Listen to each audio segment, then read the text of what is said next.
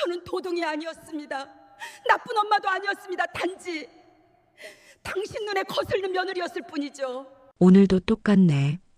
똑같은 게 좋아요. 그게 제일 편해. 그래도 가끔은 뭔가 다른 일이 없는 게 낫습니다. 새벽 공기는 차갑고 고요했다. 지역 종합병원 후문을 통과하는 박정은의 발걸음은 언제나 같은 리듬을 가지고 있었다. 5시 40분 직원 탈의실, 5시 50분 청소도구 점검, 6시 정각 3층 입원병동부터 시작. 그녀의 하루는 정확했고 예측 가능했으며 그 누구의 시선도 끌지 않았다. 환경미화원이라는 직함. 정은은 이 이름이 마음에 들었다. 미화라는 단어가 주는 거리감이 좋았다. 아름답게 꾸민다는 뜻이지만 실제로는 보이지 않는 곳을 닦아내는 일이었다. 아무도 주목하지 않는 구석, 환자들이 지나쳐가는 복도, 의료진이 스쳐 지나가는 계단. 그곳을 깨끗하게 만드는 사람. 그게 지금의 박정은이었다. 3층 복도를 걸레질하는 동안 정은은 창밖을 내다보았다. 아직 어스름한 하늘 아래로 도시의 불빛들이 하나둘 꺼져가고 있었다. 저 멀리 보이는 고층 빌딩들. 한때 그녀도 저런 곳에서 살았다. 아니, 살았다기보다는 있었다는 표현이 맞을 것이다. 그곳에서의 삶은 그녀의 것이 아니었으니까. 정은 씨, 오늘 VIP 검진실 쪽도 부탁해요. 간호팀장의 목소리가 복도 끝에서 들려왔다. 정은은 고개를 끄덕이며 대답했다. 네, 알겠습니다. VIP 검진실, 병원 건물 별관에 위치한 특별한 사람들을 위한 공간. 정은은 그곳을 좋아하지 않았다. 너무 조용했고 너무 깨끗했으며 무엇보다 그곳을 찾는 사람들의 얼굴에는 여유가 묻어 있었다. 그 여유가 때로는 잔인하게 느껴졌다. 오전 9시, 정은은 별관으로 향했다. 검진실 앞 대기실을 먼저 정리했다. 고급 소파, 공기청정기, 벽에 걸린 풍경화. 모든 것이 다름을 강조하고 있었다. 정은은 묵묵히 유리창을 닫기 시작했다. 그녀의 손은 기계처럼 움직였다. 위에서 아래로, 좌에서 우로. 생각하지 않는 것.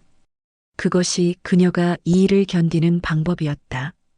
정은 씨, 잠깐만요. 행정실 직원이 다가왔다. 손에 서류 몇 장을 들고 있었다. 오늘 VIP 고객 중에 한 분이 특별 요청을 하셨어요.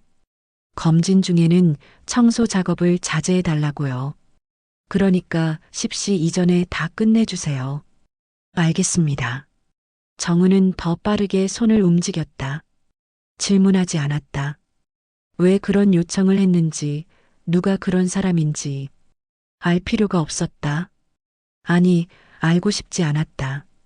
그녀의 삶에서 왜라는 질문은 오래전에 사라졌다. 9시 40분. 마지막 복도를 정리하고 있을 때였다. 멀리서 발걸음 소리가 들려왔다. 남자 둘, 여자 한 명. 정은은 고개를 들지 않았다. 벽 쪽으로 몸을 돌려 걸레를 헹구는 척했다. 보이지 않는 사람이 되는 것. 그녀는 그 기술을 완벽하게 익혔다. 어머님, 천천히 가세요. 남자의 목소리가 가까워졌다. 정중하지만 피곤함이 묻어있는 음성. 정은의 손이 미세하게 멈췄다. 그 목소리, 알 것 같았다. 아니, 알고 있었다. 괜찮아. 이 정도는 혼자서도 할 수 있어. 나이 든 여자의 목소리. 단호하고 날카로웠다. 정은은 숨을 천천히 들이마셨다. 돌아보지 않았다. 돌아보면 안 됐다. 발걸음이 그녀를 지나쳤다. 정은은 걸레를 쥔 손에 힘을 주었다. 그들이 검진실 안으로 들어가는 소리가 들렸다. 문이 닫혔다. 복도는 다시 고요해졌다. 정은은 천천히 고개를 들었다. 검진실 문을 바라보았다. 저 문 너머에 누가 있는지 알고 있었다. 하지만 중요하지 않았다. 그녀는 이미 다른 사람이었으니까. 박정은, 환경미화원, 조용히 살아가는 사람. 점심시간, 직원 식당은 북적였다. 정은은 구석자리에 앉아 식판을 앞에 놓았다. 밥, 국, 반찬 3가지. 먹는 것도 단순했다. 맛을 음미하지 않았다. 그저 배를 채우는 행위. 정은 씨, 혼자 드세요? 같이 먹어요. 젊은 간호조무사가 다가왔다. 정은은 작게 미소 지었다. 저는 빨리 먹어야 해서요. 먼저 드세요. 거절은 부드러웠지만 확실했다. 간호조무사는 아쉬운 표정을 지으며 다른 자리로 갔다. 정은은 다시 혼자가 되었다. 혼자인 게 편했다. 대화는 질문을 낳고 질문은 과거를 건드렸다. 오후 1시, 정은은 병원 뒤편 작은 정원을 청소했다. 낙엽이 쌓여 있었다. 벤치에는 환자복을 입은 노인이 앉아 있었다. 오늘도 고생이 많으시네요. 노인이 말을 건넸다. 정은은 고개를 숙여 인사했다. 제 일입니다. 그래도 힘들 텐데. 나이가 어떻게 되세요? 정은은 대답하지 않았다. 대신 빗자루질을 계속했다. 노인은 더 이상 묻지 않았다. 사람들은 금방 포기했다. 정은이 대화를 원하지 않는다는 걸 눈치채면. 오후 3시, 정은은 탈의실로 돌아왔다. 사물함을 열고 가방을 꺼냈다. 그 안에는 낡은 지갑과 휴대전화, 그리고 작은 사진 한 장이 있었다. 사진 속에는 20살쯤 되어 보이는 여자아이가 웃고 있었다. 박서연, 그녀의 딸. 정은은 사진을 오래 들여다보았다. 서연은 엄마의 과거를 몰랐다. 엄마가 한때 다른 삶을 살았다는 것도, 그 삶이 어떻게 무너졌는지도. 정은은 그렇게 키웠다. 딸에게는 평범한 엄마, 조용히 일하며 살아가는 사람. 그것으로 충분했다. 정은 씨, 내일도 VIP 검진실 부탁해요. 퇴근 직전 팀장이 다시 한번 당부했다. 정은은 고개를 끄덕였다. 내일도 같은 시간, 같은 장소, 그리고 어쩌면 또다시 마주칠지도 모를 그 목소리. 밤 8시, 정은은 작은 원룸으로 돌아왔다. 방은 깨끗했다. 필요한 것만 있었다. 침대, 작은 책상, 옷장. 벽에는 아무것도 걸려 있지 않았다. 과거를 떠올리게 하는 물건은 하나도 없었다. 정은은 샤워를 하고 침대에 누웠다. 천장을 바라보았다. 고요했다. 너무 고요했다. 그 고요함 속에서 기억이 스며들었다. 원하지 않아도 밀어내려 해도 기억은 찾아왔다. 나는 남 눈에 띄지 않는 게 편하다. 스스로에게 되뇌는 말. 주문처럼 반복하는 문장. 그렇게 살면 안전했다. 아무도 그녀를 다치게 할 수 없었다. 왜냐하면 그녀는 이미 보이지 않는 사람이었으니까. 다음 날도 새벽은 똑같이 찾아왔다. 정은은 평소와 같은 시간에 병원에 도착했다. 3층 병동을 마치고 별관으로 향하는 발걸음도 어제와 다르지 않았다. 하지만 가슴 한켠에는 미묘한 긴장감이 자리 잡고 있었다. 어제 그 목소리, 지나쳤지만 분명히 알아들었던 그 음성. VIP 검진실 앞 복도는 한산했다. 정은은 청소 도구를 준비하며 주변을 살폈다. 아직 아무도 없었다. 그녀는 빠르게 작업을 시작했다. 유리창, 바닥, 벤치. 손은 기계처럼 움직였지만 마음은 계속 문 쪽을 의식하고 있었다. 9시 20분. 엘리베이터가 열리는 소리가 들렸다. 정은은 반사적으로 몸을 낮췄다. 걸레질에 집중하는 척하면서 귀를 열었다. 오늘 검진 시간이 30분 늦어졌대요. 그럼 커피라도 한잔 하고 올까? 젊은 부부의 목소리였다. 정은은 안도했다. 그들이 아니었다. 부부는 대기실로 들어갔고 정은은 복도 반대편으로 이동했다. 하지만 10분 후 그 발걸음 소리가 다시 들려왔다. 이번에는 더 또렷했다. 남자 한 명, 여자 한 명. 정은의 손이 멈췄다. 뒤돌아보지 않았다. 그저 걸레를 쥔 손에 힘을 주었다. 여기 앉으세요, 어머니. 괜찮아. 나 혼자 할 수 있다니까. 목소리가 가까워졌다. 정은은 복도 구석으로 더 깊이 몸을 숨겼다. 그들은 대기실로 들어갔다. 문이 닫혔다. 정은은 천천히 숨을 내쉬었다. 최도연. 그 이름이 머릿속에 떠올랐다. 28년 전의 이름. 남편이었던 사람. 아니, 남편이라고 부를 수 있었던 시간은 겨우 3년이었다. 그 이후로는 타인이었다. 정은은 작업을 마저 끝내고 청소 도구를 정리했다. 그리고 조용히 별관을 빠져나가려 했다. 하지만 바로 그때 대기실 문이 열렸다. 실례합니다. 물 좀 부탁드려도 될까요? 남자의 목소리. 정은은 등을 돌린 채로 대답했다. 복도 끝에 정수기가 있습니다. 아, 감사합니다. 발걸음이 멀어졌다. 정은은 그제야 고개를 들었다. 복도 끝으로 걸어가는 남자의 뒷모습이 보였다. 키가 컸다. 어깨는 여전히 곧았다. 정장을 입고 있었다. 건설회사 대표라고 했던가. 정은은 고개를 돌렸다. 하지만 그 순간 남자가 뒤를 돌아봤다. 정수기에서 물을 받으며 무심코 고개를 돌린 것이었다. 정은과 눈이 마주쳤다. 시간이 멈췄다. 아니, 멈춘 것처럼 느껴졌다. 최도연의 얼굴에 미묘한 변화가 스쳤다. 눈이 약간 커졌다. 입술이 미세하게 벌어졌다.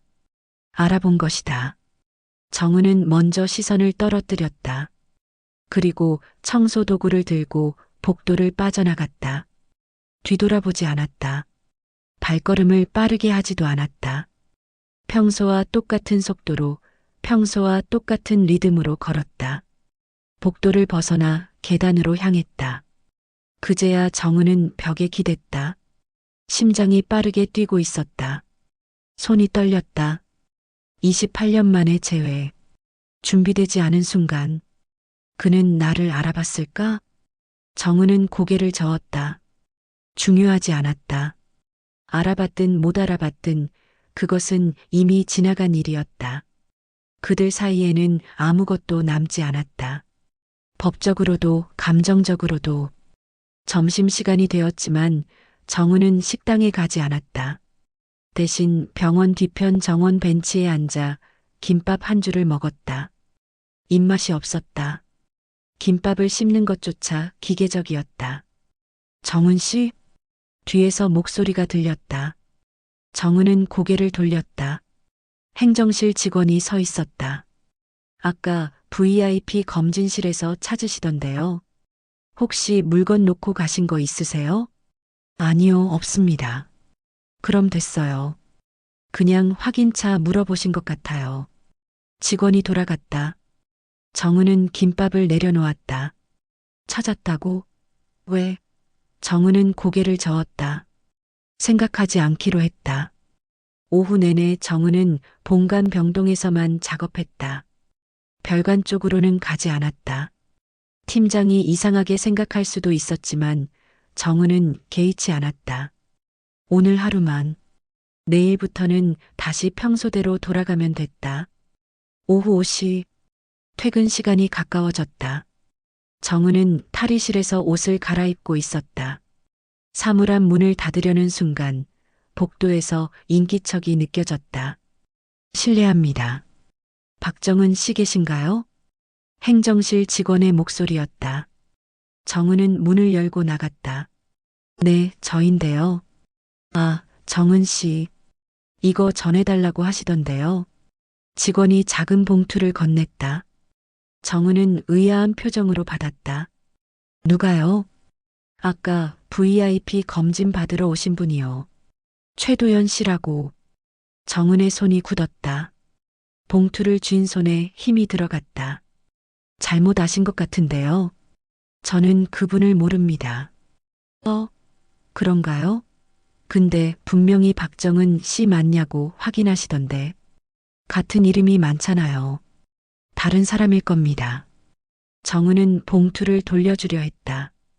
하지만 직원은 난처한 표정을 지었다.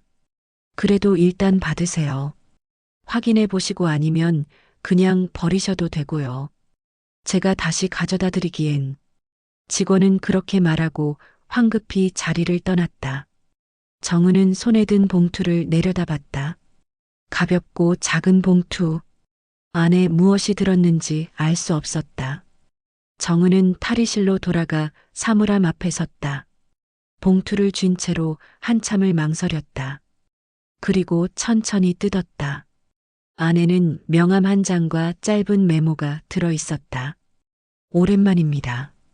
이야기 나눌 수 있을까요? 마이너스 최도연. 명함에는 도연건설 대표이사 최도연이라는 글자가 인쇄되어 있었다. 아래에는 전화번호와 이메일 주소. 정은은 메모를 다시 봉투에 넣었다. 그리고 가방 깊숙한 곳에 밀어 넣었다. 연락하지 않을 것이었다. 이야기 나눌 것도 없었다. 28년이 지났다. 그 시간은 되돌릴 수 없었다. 퇴근길. 정은은 버스를 탔다.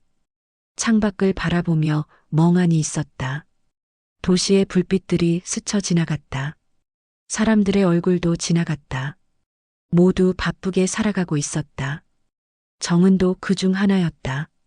원룸에 도착했을 때는 밤 7시가 넘어 있었다.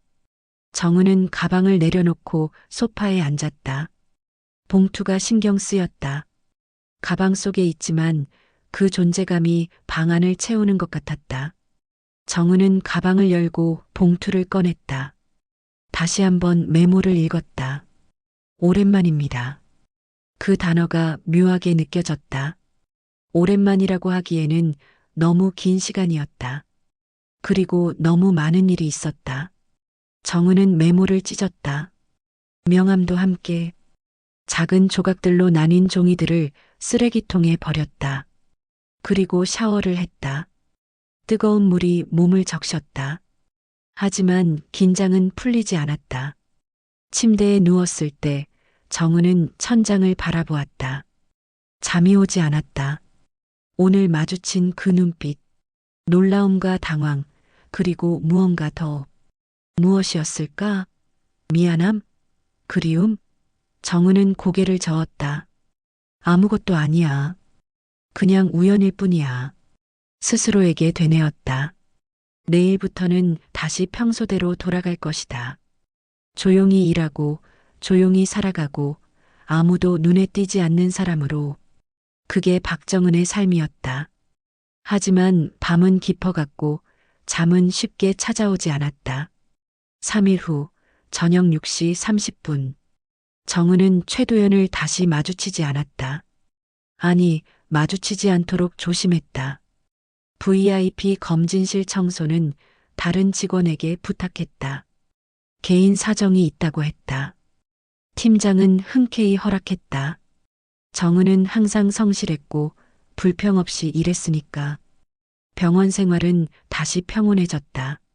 새벽에 출근하고 정해진 구역을 청소하고 점심을 먹고 오후 작업을 마치고 퇴근하는 일상. 정은은 그 일상 속으로 다시 깊이 들어갔다. 마치 아무 일도 없었던 것처럼. 하지만 그날 저녁 예상치 못한 전화가 걸려왔다. 여보세요, 박정은 씨 맞으시죠? 낯선 남자의 목소리였다. 차분하고 정중했다. 네, 그런데요. 저는 공익법률상담센터 소속 변호사 윤재훈이라고 합니다. 정은의 손이 멈췄다. 법률상담센터? 변호사? 머릿속이 복잡해졌다. 무슨 일로 연락하신 건가요? 혹시 지금 통화 가능하신가요? 중요한 이야기라서요. 지금은 괜찮습니다. 감사합니다. 사실은 박정은 씨의 과거 기록과 관련해서 연락드렸습니다. 정은의 심장이 빠르게 뛰기 시작했다.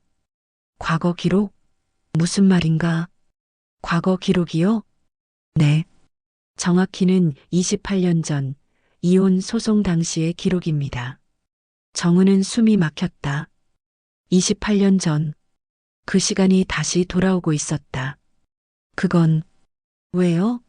왜 지금 그 이야기를 하시는 건가요? 윤재호는 잠시 침묵했다. 그리고 조심스럽게 말을 이었다. 최근 저희 센터에서 과거 판례들을 재검토하는 프로젝트를 진행하고 있습니다. 특히 여성 당사자가 불리하게 판결받은 케이스들을 중점적으로 살펴보고 있는데요. 박정은 씨의 경우 당시 기록 중 일부가 사실과 다를 가능성이 있다는 정황이 포착됐습니다. 정은은 전화기를 꽉 쥐었다. 사실과 다르다? 무엇이? 저는 그 일에 대해 이야기하고 싶지 않습니다. 충분히 이해합니다. 하지만 박정은 씨께서 당시 억울하게 누명을 쓰셨을 가능성이 있습니다.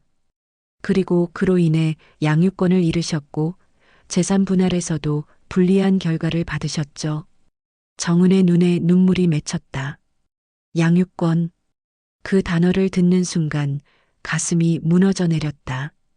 그건 이미 끝난 일입니다. 지금 와서 뭘 바꿀 수 있겠어요? 많은 것을 바꿀 수는 없습니다. 하지만 최소한 진실은 밝혀질 수 있습니다. 박정은 씨가 어떤 사람인지, 당시 무슨 일이 있었는지, 그 기록을 바로잡을 수 있습니다. 정은은 대답하지 못했다. 목소리가 나오지 않았다. 한번 만나서 자세히 말씀드리고 싶습니다. 강요하는 건 아닙니다. 다만 선택권은 박정은 씨께 있다는 걸 알려드리고 싶었습니다. 윤재호는 자신의 사무실 주소와 연락처를 남겼다. 정은은 그 말을 듣고 있었지만 머릿속에 제대로 들어오지 않았다. 전화가 끊겼다. 정은은 소파에 주저앉았다. 손이 떨렸다. 28년 전의 기억이 쏟아져 들어왔다. 28년 전 이혼 소송 당시 정은은 30대 중반이었다. 최도연의 아내였고 4살 된 딸 서연의 엄마였다. 그들은 겉으로는 행복해 보였다. 도연의 어머니 강미숙과 함께 사는 대가족. 넓은 집, 안정적인 생활. 하지만 그 안은 달랐다. 강미숙은 며느리를 인정하지 않았다. 집안이 맞지 않는다는 이유였다. 정은의 출신, 학력, 모든 것이 마음에 들지 않았다. 도연은 어머니와 아내 사이에서 우유부단했다. 결정을 내리지 못했다. 어느 날 집안 금고에서 돈이 사라졌다. 상당한 액수였다. 강미숙은 즉시 정은을 의심했다. 며느리가 가져간 게 분명해. 어머니, 그럴 리 없어요. 정은이는 그런 사람이 아니에요. 도연은 변호했지만 목소리에는 힘이 없었다. 강미숙은 경찰에 신고하겠다고 위협했다. 정은은 억울했지만 증명할 방법이 없었다. 결국 이혼 소송으로 이어졌다. 소송 과정에서 강미숙은 정은이 경제적으로 무능하고 도박빚이 있으며 아이를 제대로 돌보지 않는다는 증언을 제출했다. 모두 거짓이었다. 하지만 증거는 강미숙 쪽에 있었다. 조작된 서류, 매수된 증인. 정은은 변호사를 구할 돈도 없었다. 국선 변호사가 배정됐지만 그는 적극적이지 않았다. 재판은 빠르게 진행됐고 결과는 정은에게 참담했다. 양육권은 도연에게, 재산 분할은 최소한으로. 정은은 집을 나와야 했다. 딸 서연을 두고. 엄마, 어디가? 엄마. 서연이 울며 손을 뻗었다. 정은은 딸을 안아줄 수 없었다. 강미숙이 막았다. 이제 가세요. 여기는 당신이 있을 곳이 아니에요. 정은은 빈손으로 집을 나왔다. 그날 이후 정은의 삶은 완전히 바뀌었다. 현재 정은은 눈물을 닦았다. 그 기억은 아직도 생생했다. 28년이 지났지만 상처는 아물지 않았다. 다시 그 시간으로 돌아가고 싶지 않아. 하지만 윤재훈의 말이 계속 머릿속을 맴돌았다. 진실은 밝혀질 수 있습니다. 정말 그럴 수 있을까? 이 나이에 이제 와서? 다음 날 정은은 평소처럼 출근했다. 하지만 일에 집중할 수 없었다. 걸레질을 하면서도 유리창을 닦으면서도 머릿속은 계속 윤재훈의 전화를 떠올렸다. 점심시간 정은은 벤치에 앉아 휴대전화를 꺼냈다. 윤재훈이 남긴 번호가 화면에 떠 있었다. 정은은 한참을 망설이다가 전화를 걸었다. 여보세요. 윤재훈 변호사입니다. 저 박정은입니다. 아, 박정은 씨. 연락 주셔서 감사합니다. 한번 만나서 이야기 들어보고 싶습니다. 하지만 약속은 못 드리겠어요. 듣기만 하고 결정은 제가 하겠습니다. 물론입니다. 그것만으로도 감사합니다. 언제 시간 되시나요? 이번 주 토요일 오후는 어떨까요? 좋습니다. 토요일 2시에 저희 사무실로 오시면 됩니다. 전화를 끊고 정은은 긴 숨을 내쉬었다. 첫걸음을 뗐다. 어디로 가게 될지는 몰랐지만 일단 걷기 시작했다. 토요일이 되었다. 정은은 공익법률상담센터를 찾아갔다. 작은 건물 3층에 위치한 사무실. 간판도 소박했다. 윤재훈은 40대 중반의 남자였다. 안경을 쓰고 있었고 표정은 진지했다. 정은을 맞이하며 악수를 청했다. 오시느라 수고하셨습니다. 앉으세요. 정은은 의자에 앉았다. 사무실은 깨끗했지만 좁았다. 책장에는 법률 서적들이 빼곡히 꽂혀 있었다. 윤재훈은 파일 하나를 꺼냈다. 이게 박정은 씨의 당시 소송 기록입니다. 저희가 입수한 자료들인데요. 보시면서 설명드리겠습니다. 정은은 파일을 받아들었다. 28년 전의 서류들, 법원 판결문, 증인 진술서, 재산 목록, 모두 낯설면서도 익숙했다. 여기 보시면 당시 박정은 씨가 경제적으로 무능하다는 증언이 여러 건 있습니다. 하지만 실제로는 박정은 씨께서 파트타임으로 일을 하고 계셨고 가계부도 꼼꼼히 작성하셨죠. 그 증거들은 재판에 제출되지 않았습니다. 정은은 고개를 끄덕였다. 그때 그녀는 증거를 제출할 방법을 몰랐다. 그리고 이 부분, 도박 빚이 있다는 주장인데 실제로 확인된 빚은 없었습니다. 하지만 강미숙 씨 측에서 제출한 서류에는 마치 사실인 것처럼 기록돼 있습니다. 정은의 손이 떨렸다. 그 서류들 모두 조작된 것이었다. 왜 이제 와서 이런 걸 찾아내신 건가요? 윤재훈은 정은을 바라보았다. 우연이었습니다. 저희가 오래된 케이스들을 검토하던 중 박정은 씨의 케이스가 유독 눈에 띄었습니다. 너무 일방적이었거든요. 그래서 더 파보니 여러 정황들이 맞지 않았습니다. 정은은 파일을 내려놓았다. 그래서 뭘 하자는 건가요? 재판을 다시 하자는 건가요? 이 나이에 뭘 더 바로잡겠어요? 재판을 다시 하자는 건 아닙니다. 하지만 기록을 정정할 수는 있습니다. 그리고 만약 당시 불법적인 행위가 있었다면 그에 대한 책임을 물을 수도 있습니다.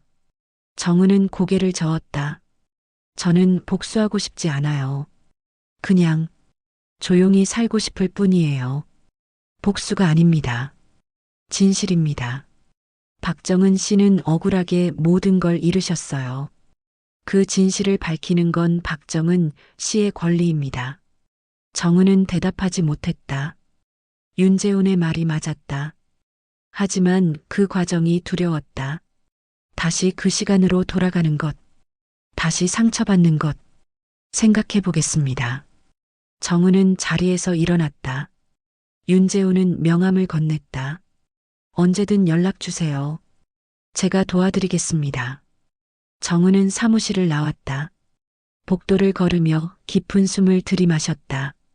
선택의 순간이 다가오고 있었다. 과거를 덮고 조용히 살 것인가, 아니면 진실을 마주할 것인가. 그날 밤 정은은 딸 서연에게 전화를 걸었다. 엄마, 무슨 일이야? 아니, 그냥 목소리 듣고 싶어서. 갑자기, 엄마 어디 아픈 거 아니야? 아니야. 괜찮아. 잘 지내고 있지? 응, 나는 잘 지내. 엄마도 몸 챙겨. 짧은 통화였다. 하지만 정은에게는 충분했다. 서연의 목소리를 듣는 것만으로도 힘이 났다. 정은은 휴대전화를 내려놓고 창밖을 바라보았다. 도시의 불빛들이 반짝였다. 저 불빛들 속에는 수많은 사람들의 이야기가 있을 것이다. 정은의 이야기도 그중 하나였다. 꺼내지 않으려던 이야기. 하지만 이제는 꺼내야 할 때인가. 정은은 윤재훈의 명함을 다시 꺼냈다. 그리고 한참을 들여다보았다. 2주 후, 토요일 오후, 정은은 다시 윤재훈의 사무실을 찾았다. 이번에는 결심을 하고 온 것이었다. 2주 동안 수없이 고민했다. 밤마다 잠을 이루지 못했다. 하지만 결론은 하나였다. 진실을 마주해야 한다는 것. 오셨군요. 결정하신 건가요? 윤재훈이 물었다. 정은은 고개를 끄덕였다. 네, 해보겠습니다. 진실을 밝히고 싶어요. 윤재훈은 작게 미소 지었다. 용기 있는 결정입니다. 쉽지 않았을 텐데. 쉽지 않았죠. 하지만 이대로 묻고 가기엔 억울함이 너무 컸어요. 윤재훈은 새로운 파일을 꺼냈다.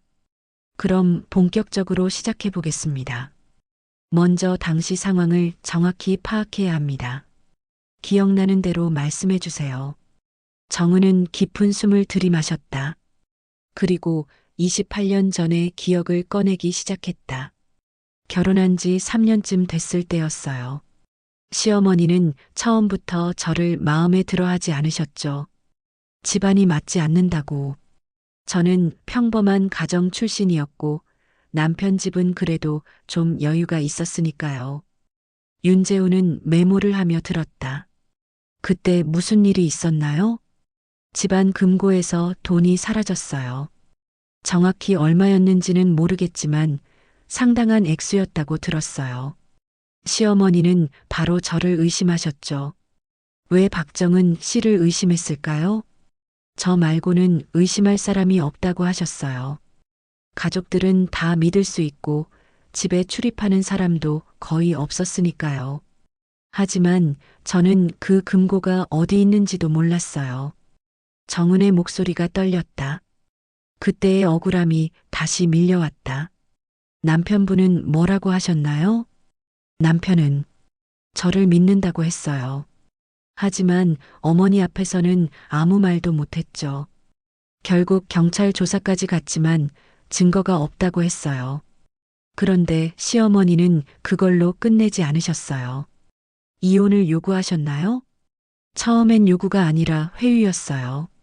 조용히 나가면 좋게 해주겠다고. 하지만 저는 거절했어요.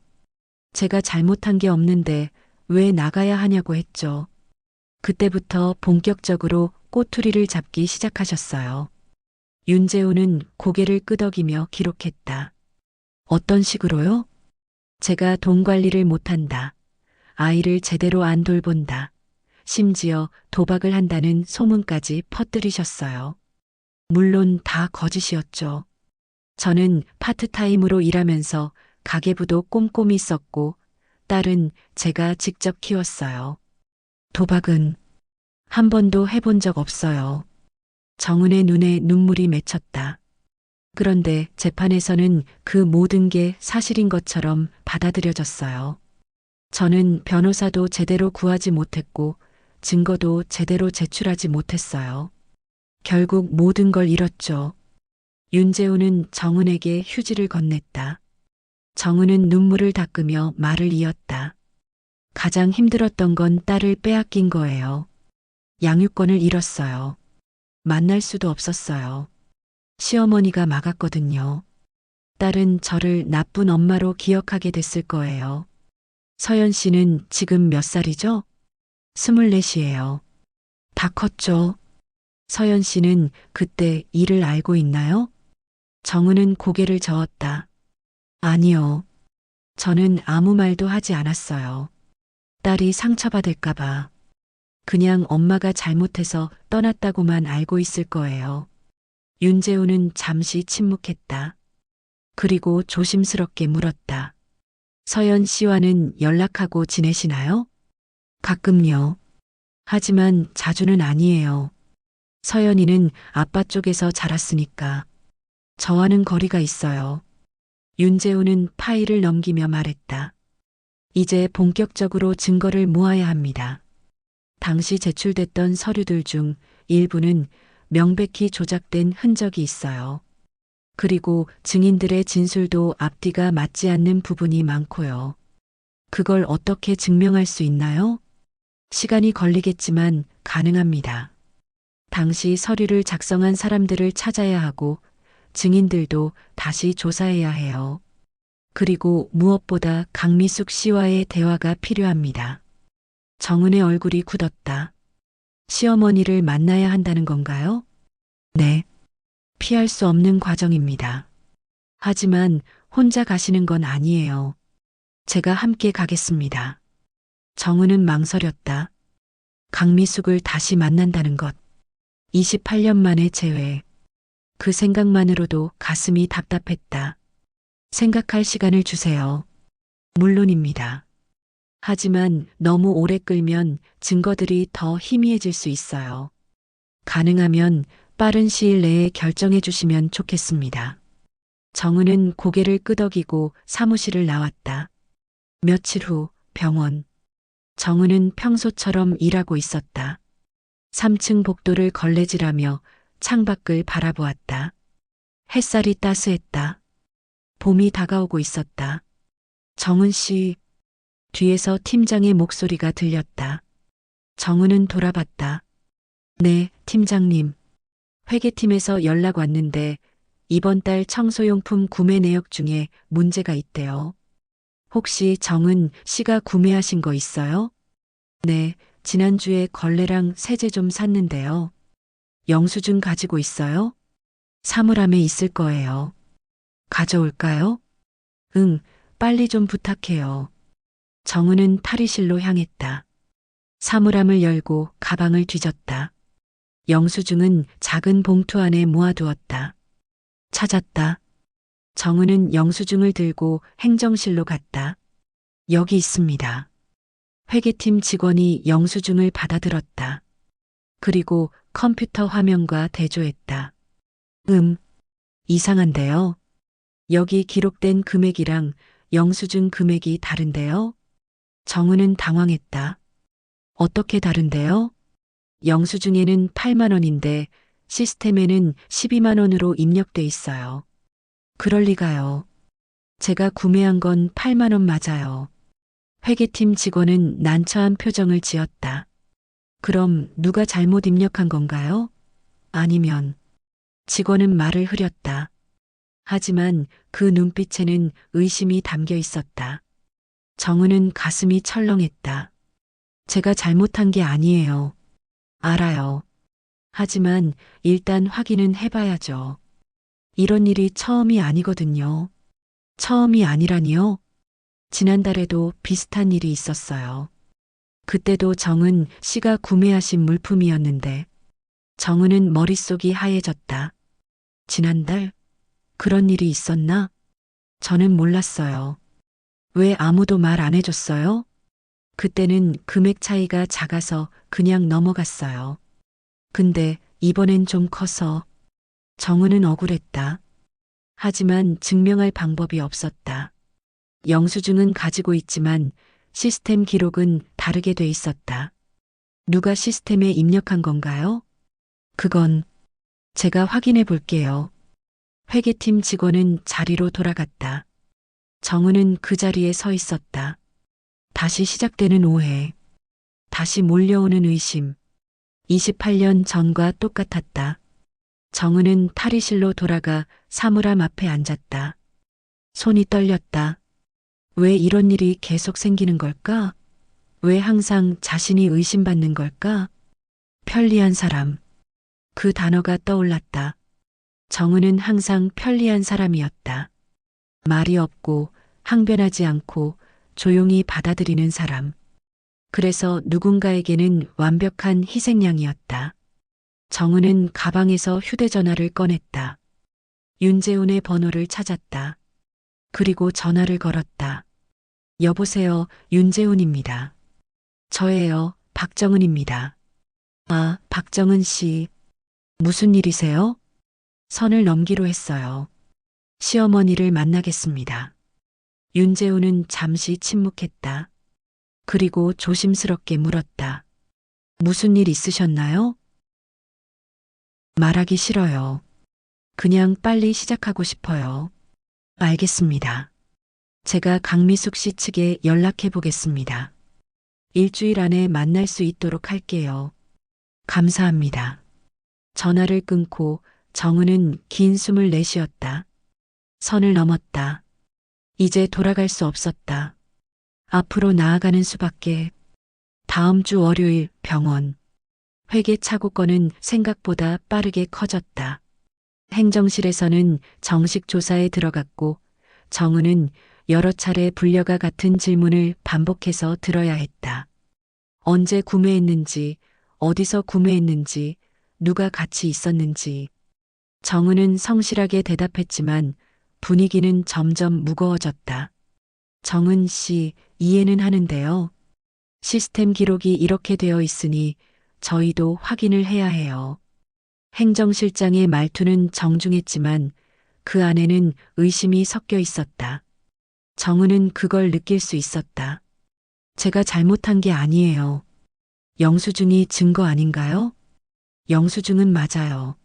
하지만 시스템에 입력된 금액이 다르다는 게 문제죠.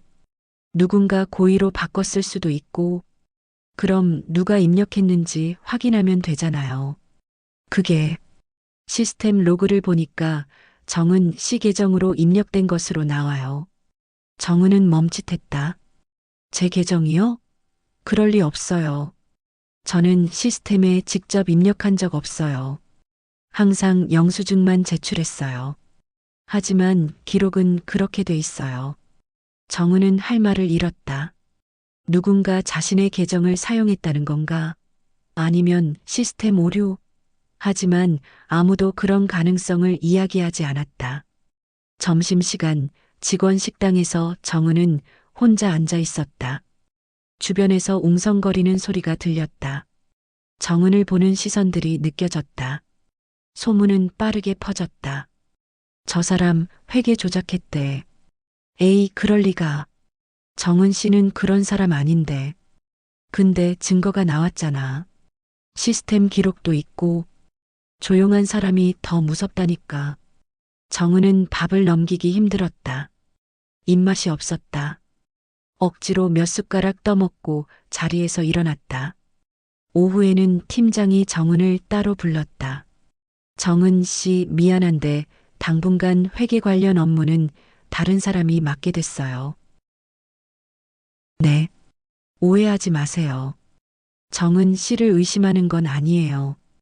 그냥 조사가 끝날 때까지 절차상 그렇게 하는 거예요. 알겠습니다. 정은은 고개를 숙였다. 절차상이라는 말. 하지만 그 의미는 명확했다. 의심받고 있다는 것. 퇴근 후 정은은 윤재훈에게 전화를 걸었다. 또 일이 생겼어요. 정은은 병원에서 일어난 일을 설명했다. 윤재훈은 조용히 들었다. 패턴이 똑같네요. 무슨 패턴이요? 28년 전과 같아요. 누군가 박정은 씨를 타겟으로 삼은 거예요. 조용하고 항변하지 않고 증거를 준비하지 못하는 사람. 완벽한 희생양이죠. 정은은 가슴이 답답해졌다. 그럼 어떻게 해야 하나요? 일단 병원 측에 정식으로 이의를 제기하세요. 그리고 시스템 로그를 정확히 확인해 달라고 요청하세요. 누가 언제 어떤 IP에서 접속했는지. 제가 도와드릴게요. 고맙습니다. 그리고 강미숙 씨와의 만남은 이번 주 금요일로 잡혔어요. 준비하세요. 전화를 끊고 정은은 집으로 돌아가는 버스에 앉았다. 창밖을 바라보며 생각에 잠겼다. 왜 자신에게 이런 일들이 계속 생기는 걸까? 과거에도 현재에도 나는 그렇게 만만해 보이나? 스스로에게 물었다. 대답은 나오지 않았다. 며칠 후 행정실에서 다시 연락이 왔다. 정은 씨 시스템 로그 확인했어요. 어떻게 됐어요? 정은 씨 계정으로 로그인한 건 맞는데 IP 주소가 좀 이상해요. 병원 내부 IP가 아니에요. 정은은 눈을 크게 떴다. 그럼 외부에서 접속했다는 거예요? 그런 것 같은데 어떻게 그게 가능한지는 모르겠어요. IT팀에서도 조사 중이에요. 그럼 제가 한 게 아니라는 거잖아요. 아직 확정할 수는 없어요. 하지만 가능성은 있죠. 정은은 안도했다. 하지만 동시에 분노가 치밀었다. 누군가 의도적으로 자신을 함정에 빠뜨린 것이었다. 누가 제 계정 정보를 알 수 있죠? 그게 많은 사람이 알 수 있어요. 계정 정보는 공유 폴더에 저장돼 있거든요. 정은은 한숨을 쉬었다. 범인을 찾기는 어려울 것 같았다. 하지만 며칠 후 의외의 증거가 나왔다. IT팀에서 CCTV 기록을 확인한 결과 행정실 컴퓨터에서 누군가 정은의 계정으로 로그인한 흔적이 발견된 것이다. 시간은 정은이 청소 중이었던 새벽 6시. 정은이 그 시간에 행정실에 있을 리 없었다. CCTV에 찍힌 사람은 누구예요? 정은이 물었다. 행정실장은 난처한 표정을 지었다. 그게 얼굴이 잘 안 보여요. 모자를 쓰고 있어서. 하지만 병원 직원인 건 확실해요. 출입증을 사용했거든요. 출입증 기록은 확인 안 됐어요? 확인했는데 그날 새벽에 출입한 사람이 많아서 특정하기가 어려워요. 정은은 답답했다. 증거는 나왔지만 범인은 잡히지 않았다. 그럼 저는 어떻게 되는 건가요? 일단 정은 씨가 직접 한 게 아니라는 건 명확해졌으니 업무 정지는 해제할게요. 하지만 조사는 계속될 거예요. 정은은 고개를 끄덕였다. 최소한 누명은 벗었다. 하지만 찝찝함은 남았다. 그날 저녁 윤재훈에게 전화로 상황을 설명했다. 잘하셨어요. 증거를 확보한 게 중요해요. 이제 누가 박정은 씨를 타겟으로 삼았는지 알아내야 해요. 어떻게요? 금요일에 강미숙 씨를 만나면 실마리가 나올 수도 있어요. 준비 많이 하세요. 정은은 긴장됐다. 이틀 후면 28년 만에 강미숙과 마주하게 되는 것이었다. 금요일이 왔다.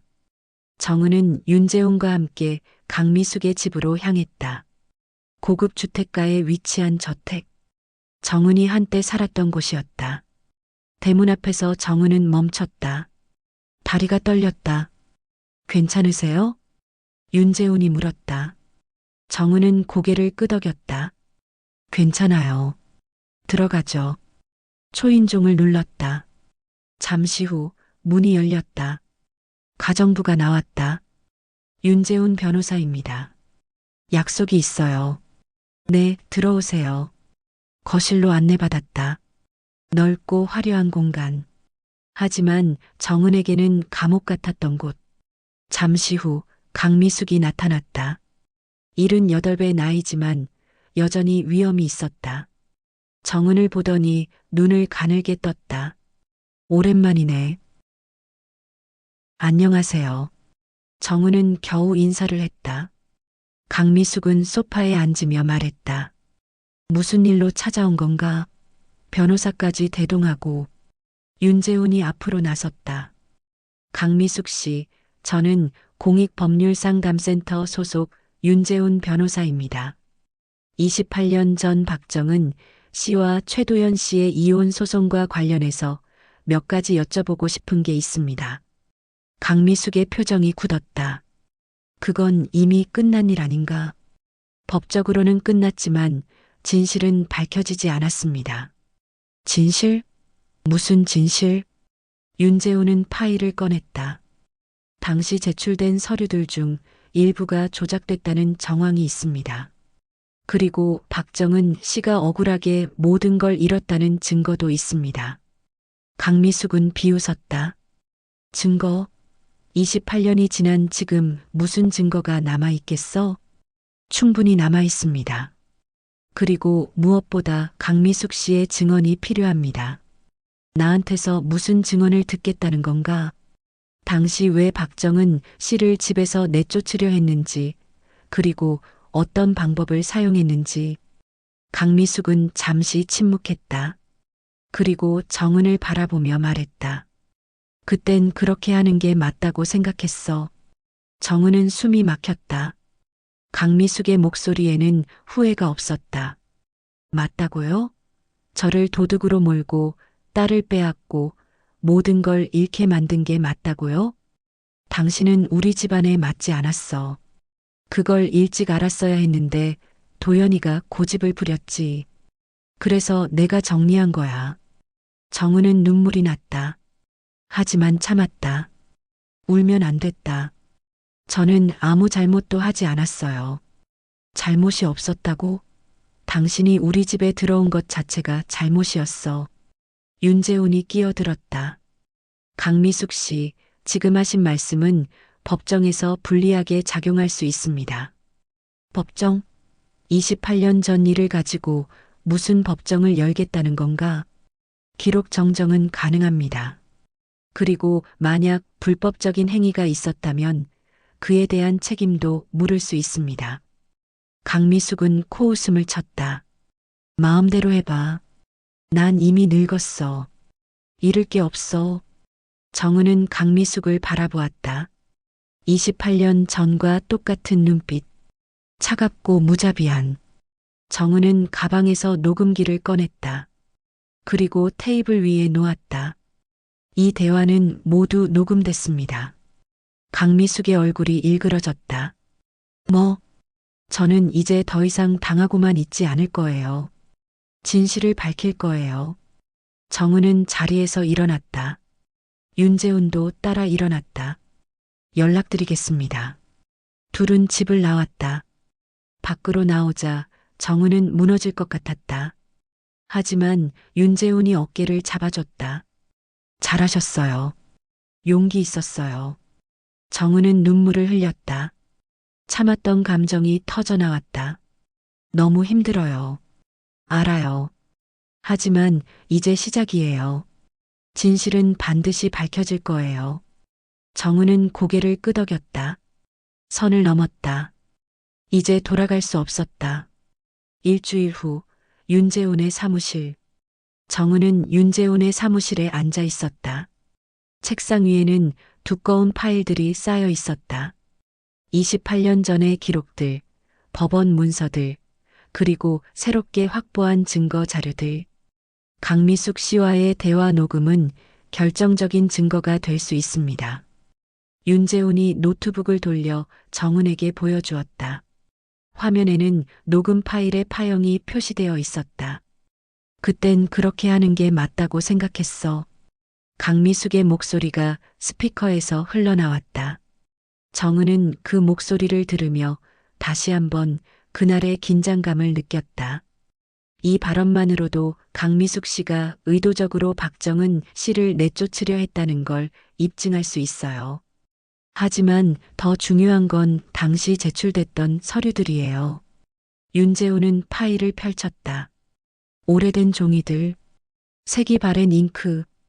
정은은 그 서류들을 보며 기억을 더듬었다. 이게 뭔가요? 이혼 소송 당시 강미숙 씨 측에서 제출한 재산 목록입니다. 여기 보시면 박정은 씨가 관리하던 가게 비용이 비정상적으로 높게 기록돼 있어요. 정은은 서류를 자세히 들여다봤다. 숫자들이 빼곡했다. 하지만 익숙하지 않았다.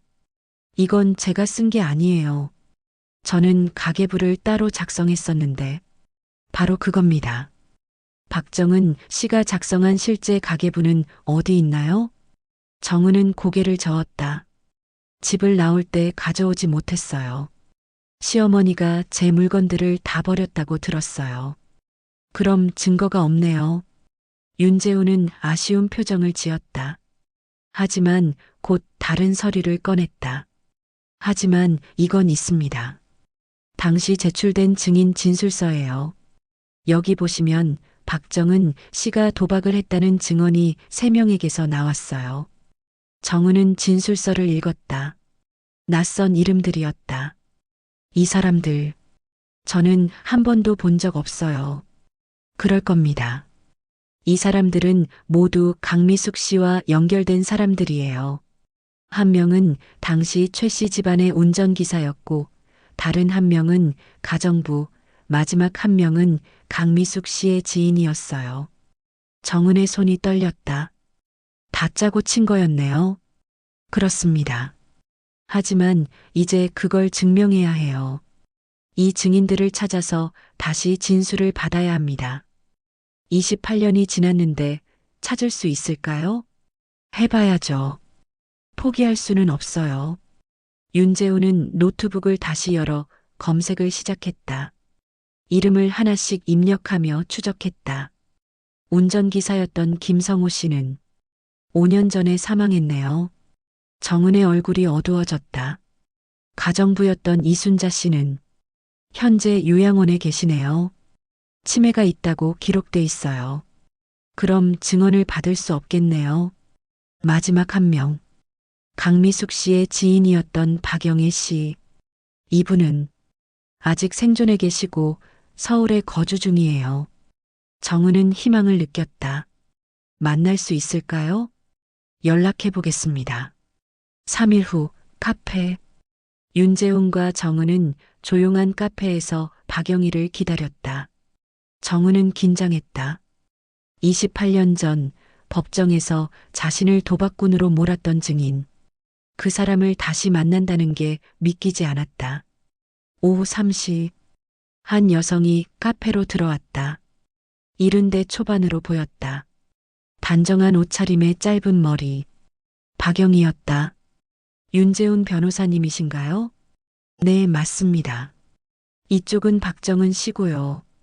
박영희는 정은을 보더니 잠시 당황한 표정을 지었다. 그리고 자리에 앉았다. 무슨 일로 저를 찾으신 건가요? 윤재훈이 차분하게 설명했다. 28년 전 최도연 씨와 박정은 씨의 이혼 소송 기억하시나요? 박영희의 얼굴이 굳었다. 네, 기억합니다. 당시 박영애 씨께서 박정은 씨가 도박을 했다고 증언하셨는데 그게 사실인가요? 박영희는 커피잔을 들었다가 다시 내려놓았다. 손이 미세하게 떨렸다. 그건 솔직하게 말씀해 주세요. 지금이라도 진실을 말씀하시면 박정은 씨에게 큰 도움이 됩니다. 박영희는 정은을 바라보았다. 정은도 그녀를 바라봤다. 두 사람의 시선이 마주쳤다. 죄송합니다.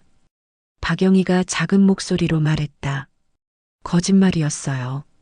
저는 박정은 씨를 직접 본 적도 없고 도박하는 걸 본 적도 없어요. 강미숙 씨가 부탁하셨어요. 정은은 숨이 막혔다. 드디어 진실이 나왔다. 어떤 부탁이었나요? 윤재훈이 물었다. 강미숙 씨는 제 오랜 지인이었어요. 당시 저희 집이 경제적으로 어려웠는데 강미숙 씨가 도움을 주셨죠. 그 대가로 증언을 해달라고 하셨어요. 얼마를 받으셨나요? 박영희는 머뭇거렸다. 1,000만 원이었어요. 당시에는 큰 돈이었죠. 정은은 눈을 감았다. 1,000만 원. 그 돈 때문에 자신의 인생이 무너진 것이었다. 왜 이제 와서 말씀하시는 건가요? 정은이 물었다. 목소리는 떨렸지만 차분했다. 박영희는 고개를 숙였다. 평생 죄책감에 시달렸어요. 제 거짓말 때문에 누군가 고통받았다는 걸 알았거든요. 용서받을 수 없다는 것도 알아요. 하지만 이제라도 바로잡고 싶었어요. 진술서를 다시 작성해 주실 수 있나요? 윤재훈이 물었다. 박영희는 고개를 끄덕였다. 네, 하겠습니다. 제가 할 수 있는 건 그것뿐이에요. 윤재훈은 노트북을 꺼내 진술서 양식을 열었다. 박영희는 천천히 그리고 정확하게 28년 전의 진실을 말하기 시작했다. 강미숙 씨는 처음부터 박정은 씨를 내쫓을 계획이었어요. 집안이 맞지 않는다는 게 이유였죠. 그래서 여러 가지 구실을 만들었어요. 금고에서 돈이 사라진 것도 사실은 강미숙 씨 본인이 빼둔 거였어요. 정은은 눈물이 났다. 모든 게 거짓이었다. 자신이 의심받았던 모든 것들이. 왜 그런 걸 알고 계세요? 강미숙 씨가 직접 말씀하셨어요. 며느리를 내쫓으려면 결정적인 게 필요하다고. 그래서 금고 사건을 만들었다고. 윤재훈은 빠르게 타이핑했다. 모든 말 하나하나가 증거였다. 다른 증인들도 같은 방식이었나요? 네. 운전기사 김성호 씨는 빚이 많았어요. 강미숙 씨가 빚을 대신 갚아주는 조건으로 증언을 받았죠. 가정부 이순자 씨는 불법 체류자였어요. 강미숙 씨가 신고하지 않는 조건으로 증언을 강요했고요.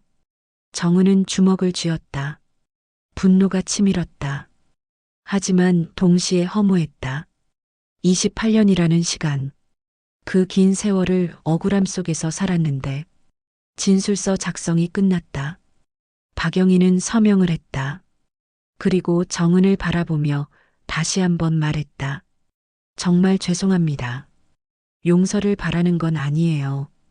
다만 이제라도 진실이 밝혀졌으면 좋겠어요. 정은은 대답하지 않았다. 용서할 수 있을지 몰랐다. 하지만 최소한 진실은 알게 되었다. 윤재훈의 사무실로 돌아와서 이제 상황이 많이 명확해졌습니다. 윤재훈은 파일들을 정리하며 말했다. 박영애 씨의 새 진술서, 강미숙 씨와의 대화 녹음, 그리고 당시 조작된 서류들.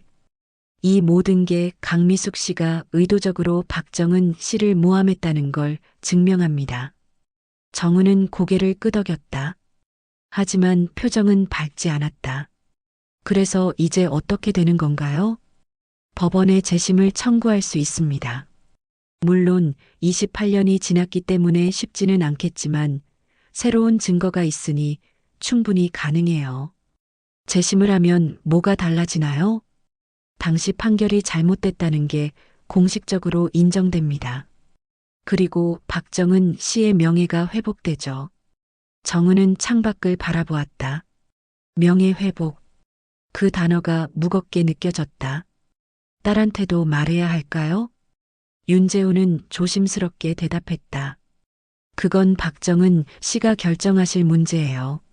하지만 서연 씨도 알 권리가 있다고 생각해요. 엄마가 어떤 사람이었는지, 무슨 일이 있었는지. 정은은 한참을 침묵했다.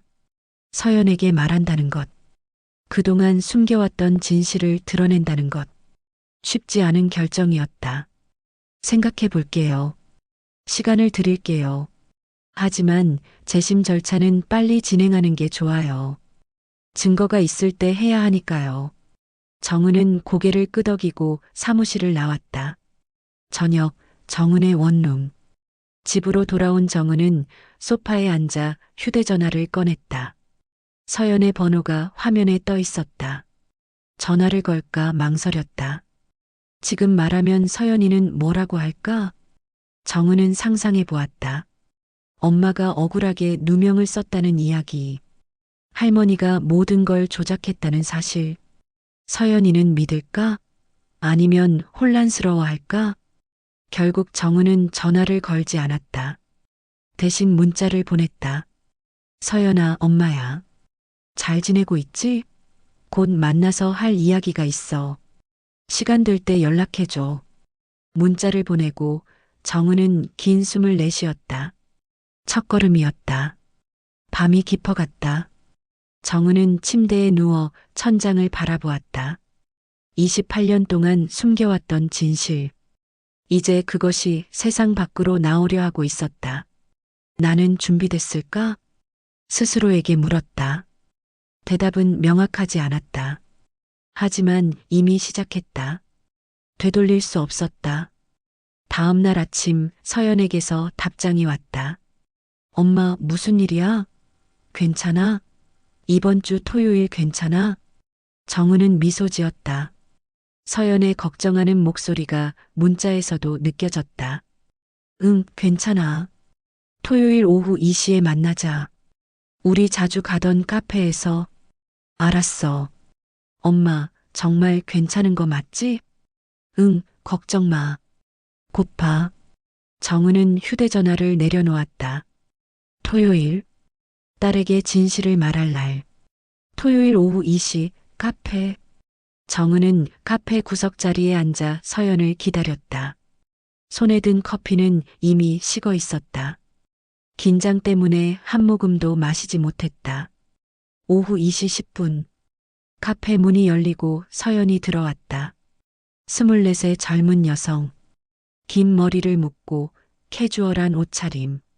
정은을 보자 손을 흔들며 다가왔다. 엄마, 오래 기다렸어? 아니, 방금 왔어. 서연은 자리에 앉으며 정은을 자세히 바라보았다. 근데 엄마, 무슨 일 있어? 얼굴이 안 좋아 보여. 정은은 작게 웃었다. 그래, 요즘 좀 피곤했나 봐. 일 때문에? 병원에서 힘든 일 있었어? 아니, 그게 아니라. 정은은 말을 잇지 못했다. 어디서부터 시작해야 할지 몰랐다. 서연은 커피를 주문하고 돌아와 앉았다. 엄마, 말해봐. 무슨 일인데? 정은은 깊은 숨을 들이마셨다. 그리고 천천히 입을 열었다. 서연아, 엄마가 너한테 숨긴 게 있어. 서연의 표정이 진지해졌다. 뭔데? 28년 전. 엄마가 너를 두고 집을 나온 이유 말이야. 서연은 눈을 크게 떴다. 그 이야기는 지금까지 한 번도 자세히 듣지 못했던 것이었다. 엄마가 잘못해서 나간 거 아니었어? 정은은 고개를 저었다. 아니야. 엄마는 잘못한 게 없었어. 억울하게 누명을 쓴 거였어. 정은은 천천히 그리고 차근차근 모든 것을 설명했다. 강미숙의 조작, 거짓 증언들, 이혼 소송의 진실. 서연은 말없이 들었다. 표정은 점점 굳어갔다. 그러니까 할머니가 엄마를 내쫓으려고 일부러 그런 짓을 했다는 거야? 응. 그럼 아빠는? 아빠는 뭐 했어? 정은은 잠시 망설였다. 아빠는 몰랐던 것 같아. 아니, 알고 싶지 않았을 수도 있고. 서연은 테이블을 내려쳤다. 주변 사람들이 돌아봤다. 어떻게 그럴 수가 있어? 아빠도 할머니도. 다 미쳤네. 서연아, 진정해. 진정하라고? 엄마는 28년 동안 억울하게 살았는데 나는 엄마가 나쁜 사람인 줄 알고 자랐는데. 서연의 목소리가 떨렸다. 눈에는 눈물이 맺혔다. 정은은 서연의 손을 잡았다. 엄마는 괜찮아. 이제 진실이 밝혀지고 있으니까. 괜찮을 리가 없잖아. 엄마, 나한테도 거짓말했잖아. 왜 진작 말 안 해줬어? 너한테 상처 주고 싶지 않았어. 내가 할머니랑 아빠를 원망하게 될까봐. 서연은 손을 빼내며 고개를 저었다. 나는 이미 원망하고 있어. 엄마를 버린 사람들이잖아. 서연아, 엄마는 항상 나한테 미안하다고만 했잖아. 근데 미안해할 사람은 엄마가 아니었어. 할머니랑 아빠였던 거야. 서연은 눈물을 닦으며 자리에서 일어났다. 나 좀 혼자 있고 싶어. 생각 좀 해볼게. 서연아, 기다려. 하지만 서연은 카페를 나가버렸다. 정은은 빈자리를 바라보며 한숨을 쉬었다. 예상했던 반응이었다. 하지만 막상 마주하니 가슴이 아팠다. 다음 주 월요일 윤재훈의 사무실. 서연 씨가 많이 충격받았나 보네요. 윤재훈이 말했다. 정은은 고개를 끄덕였다. 당연하죠. 평생 믿어왔던 게 거짓이었다는 걸 알았으니까. 시간이 필요할 거예요. 이해하고 받아들이는데. 네, 알아요. 윤재훈은 새로운 서류를 꺼냈다. 재심 청구 준비가 거의 끝났습니다. 이번 주 안에 법원에 제출할 수 있어요. 그럼 재판은 언제쯤? 빠르면 2달 안에 첫 심리가 열릴 거예요. 하지만 재심은 일반 재판보다 시간이 오래 걸릴 수 있어요. 정은은 서류를 받아들었다. 두꺼운 문서 묶음, 자신의 인생이 담긴 종이들. 최도연 씨한테도 연락이 왔어요. 윤재훈이 덧붙였다. 정은은 눈을 들었다. 도연이가요? 네. 재심에 대해 알게 됐나 봐요. 만나고 싶다고 하던데요. 정은은 고개를 저었다. 만나고 싶지 않아요. 이해합니다. 하지만 최도연 씨의 증언도 도움이 될 수 있어요. 당시 집안 상황을 가장 잘 아는 사람이니까요. 그 사람은 저를 지켜주지 않았어요. 어머니 앞에서 아무 말도 못했죠. 정은의 목소리는 차가웠다. 알겠습니다. 강요하지 않을게요. 하지만 생각은 해보세요. 며칠 후 병원. 정은은 평소처럼 복도를 청소하고 있었다. 오전 10시 햇살이 창문을 통해 들어왔다. 정은 씨, 뒤에서 목소리가 들렸다. 정은은 돌아봤다. 최도연이 서 있었다. 정은은 걸레를 내려놓았다. 무슨 일이세요? 잠깐 이야기 좀 할 수 있을까요? 바쁜데요. 10분만요. 부탁입니다. 정은은 한참을 망설이다가 고개를 끄덕였다. 병원 뒤편 정원에서 10분만요. 병원 정원. 두 사람은 벤치에 앉았다. 적당한 거리를 두고 도연은 먼저 입을 열었다. 미안합니다. 정은은 대답하지 않았다. 28년 전 제가 당신을 지켜주지 못한 것, 어머니 편만 든 것, 모두 제 잘못이었어요. 이제 와서 사과해봤자 뭐가 달라지나요? 정은의 목소리는 담담했다. 달라지는 건 없죠. 하지만 말은 하고 싶었어요. 당신이 억울하게 모든 걸 잃었다는 걸 이제야 알았어요. 이제야요? 28년이 지나서? 도연은 고개를 숙였다. 저는 어머니를 믿었어요. 당신이 정말로 잘못한 줄 알았어요. 하지만 최근에 어머니한테 직접 들었어요. 모든 게 조작이었다고. 정은은 비웃었다. 그래서요? 사과하면 용서받을 수 있을 거라고 생각하세요? 아니요. 용서는 바라지 않아요. 다만, 이번 재심에 제가 도움이 될 수 있다면 돕고 싶어요. 정은은 도연을 바라보았다. 28년 만에 마주한 얼굴. 늙었다. 주름이 늘었고 머리에는 흰머리가 많았다. 하지만 눈빛은 여전히 우유부단했다. 당신의 도움은 필요 없어요. 저는 혼자 해낼 수 있어요. 정은 씨, 그리고 당신이 정말 미안하다면 서연이한테 진실을 말해주세요. 엄마가 어떤 사람이었는지, 할머니가 무슨 짓을 했는지. 도연은 고개를 끄덕였다. 그렇게 하겠습니다. 정은은 자리에서 일어났다. 이제 가보세요. 할 이야기는 끝났어요. 도연도 일어섰다. 하지만 떠나지 못하고 망설였다. 정은 씨, 혹시 다시 시작할 수는 없을까요? 정은은 눈을 크게 떴다. 뭐라고요? 재심이 끝나고 모든 게 정리되면 우리 다시 안 돼요. 정은의 대답은 단호했다. 28년이 지났어요. 우리는 이미 다른 사람들이에요. 그리고 저는 당신을 사랑하지 않아요. 아니, 사랑했던 적도 없었던 것 같아요. 도연의 얼굴이 창백해졌다.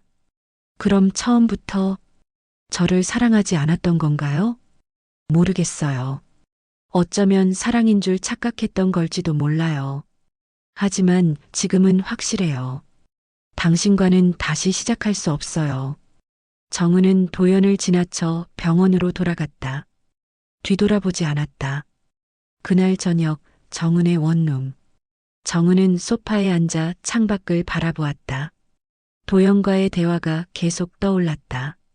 다시 시작하자는 말. 웃기는 소리였다. 휴대전화가 울렸다. 서연이었다. 여보세요? 엄마 나야. 서연아. 아빠한테 들었어. 엄마랑 만났다고. 응. 엄마 미안해. 그때 화내고 나가서. 정은은 눈시울이 뜨거워졌다. 아니야. 내가 화낼만 했어. 나 이제 이해할 수 있을 것 같아. 엄마가 왜 그렇게 살아왔는지. 왜 항상 조용했는지. 서연아. 엄마, 재심 꼭 이기자. 나도 도울게. 정은은 눈물을 흘렸다. 고마워, 서연아. 엄마는 나한테 고마워할 필요 없어. 내가 엄마 딸인걸. 전화를 끊고 정은은 한참을 울었다. 기쁨의 눈물이었다. 서연이 이해해줬다. 그것만으로도 충분했다. 다음 날 윤재훈의 사무실. 재심 청구서를 법원에 제출했습니다. 윤재훈이 말했다. 정은은 고개를 끄덕였다. 이제 어떻게 되나요? 법원에서 검토 후 재심 여부를 결정합니다. 증거가 충분하니 받아들여질 거예요. 강미숙 씨는 뭐라고 하던가요? 변호사를 선임했어요. 맞서 싸우겠다는 뜻이죠. 정은은 예상했던 일이었다. 그럼 재판정에서 다시 만나게 되는 거네요. 네. 하지만 이번엔 달라요. 증거도 있고 증인도 있어요. 그리고 무엇보다 박정은 씨가 혼자가 아니에요. 정은은 윤재훈을 바라보았다. 고맙습니다. 정말로 제 일입니다. 그리고 정의를 바로 세우는 일이기도 하고요. 정은은 창밖을 바라보았다. 마주한 선택. 과거와 싸우기로 한 결정. 쉽지 않았지만 후회하지 않았다. 2달 후 법원. 재심 첫 심리날이 왔다. 정은은 법원 앞에 서서 건물을 올려다봤다. 28년 만에 다시 찾은 곳. 그때와는 달리 이번에는 준비가 되어 있었다. 긴장되세요? 윤재훈이 물었다. 정은은 고개를 저었다. 아니요. 이제는 괜찮아요. 법정으로 들어갔다. 방청석에는 서연이 앉아 있었다. 정은을 보자 손을 흔들었다. 정은도 작게 미소 지었다. 반대편에는 강미숙과 그녀의 변호사가 앉아 있었다. 강미숙은 정은을 쳐다보지 않았다. 표정은 무표정했다. 모두 기립해 주십시오. 법원 직원의 목소리가 울렸다. 판사가 입장했다. 중년의 여성 판사였다. 재심 청구 사건 심리를 시작하겠습니다. 판사의 목소리는 차분했다. 윤재훈이 먼저 발언권을 얻었다. 재판장님, 이번 재심은 28년 전 이혼 소송에서 잘못 판결된 사실을 바로잡기 위한 것입니다. 당시 제출된 증거들이 조작되었고 증인들의 진술이 거짓이었다는 새로운 증거를 제출합니다. 윤재훈은 서류 묶음을 제출했다. 판사는 서류를 받아 살펴봤다. 박영애 씨의 새로운 진술서, 강미숙 씨와의 대화 녹음, 그리고 당시 조작된 서류들의 분석 결과입니다. 강미숙 측 변호사가 일어났다. 재판장님, 28년이나 지난 사건을 지금 와서 재심한다는 것 자체가 무리입니다. 새로운 증거라고 제출된 것들도 신빙성이 떨어집니다. 어떤 점에서 신빙성이 떨어진다고 보십니까? 판사가 물었다. 박영애 씨의 진술은 28년이 지난 후에 나온 것입니다. 기억이 왜곡되었을 가능성이 큽니다. 그리고 녹음 파일은 당사자 동의 없이 녹음된 것으로 법적 효력이 없습니다. 윤재훈이 반박했다. 박영애 씨의 진술은 구체적이고 일관성이 있습니다. 그리고 당시 다른 증인들의 진술과 교차 검증했을 때도 맞아떨어집니다. 녹음에 대해서는 대화 당사자 중 한 명이 녹음한 것이므로 법적으로 문제 없습니다. 판사는 고개를 끄덕이며 서류를 계속 살폈다. 박영애 씨를 증인으로 소환하겠습니다. 다음 심리 때 출석해 주시기 바랍니다. 첫 심리는 2시간 만에 끝났다. 증거 검토와 양측 주장을 듣는 시간이었다. 법정을 나오며 정은은 서연과 만났다. 엄마 잘하셨어. 아직 시작일 뿐이야. 그래도 엄마가 당당해 보여서 좋았어. 정은은 서연을 안았다. 딸의 지지가 힘이 되었다. 2주 후 2번째 심리. 박영희가 증인석에 섰다. 선서를 하고 자리에 앉았다. 윤재훈이 질문을 시작했다. 박영애 씨, 28년 전 이혼 소송에서 박정은 씨가 도박을 했다고 증언하셨는데 그게 사실입니까? 아니요, 사실이 아닙니다. 그럼 왜 그런 거짓 증언을 하셨나요? 강미숙 씨의 부탁 때문이었습니다. 당시 저희 집이 경제적으로 어려웠고 강미숙 씨가 도움을 주는 조건으로 증언을 요청하셨습니다. 얼마를 받으셨나요? 1,000만 원입니다. 방청석에서 웅성거리는 소리가 들렸다. 강미숙 측 변호사가 반대 신문을 했다. 박영애 씨, 28년 전 일을 정확히 기억하신다는 게 믿기 어렵습니다. 혹시 누군가 유도한 건 아닙니까? 아니요. 저는 그때 일을 평생 잊지 못했습니다. 죄책감 때문에. 증거가 있습니까? 강미숙 씨가 돈을 줬다는? 박영희는 잠시 망설이다가 말했다. 당시 통장 기록이 남아 있습니다. 제출하겠습니다. 윤재훈은 미리 준비한 통장 사본을 제출했다. 28년 전 날짜에 1,000만 원이 입금된 기록이 선명했다. 판사는 서류를 자세히 살폈다. 이 입금은 어디서 온 건가요? 강미숙 씨의 계좌에서입니다. 은행 측에서 확인받았습니다.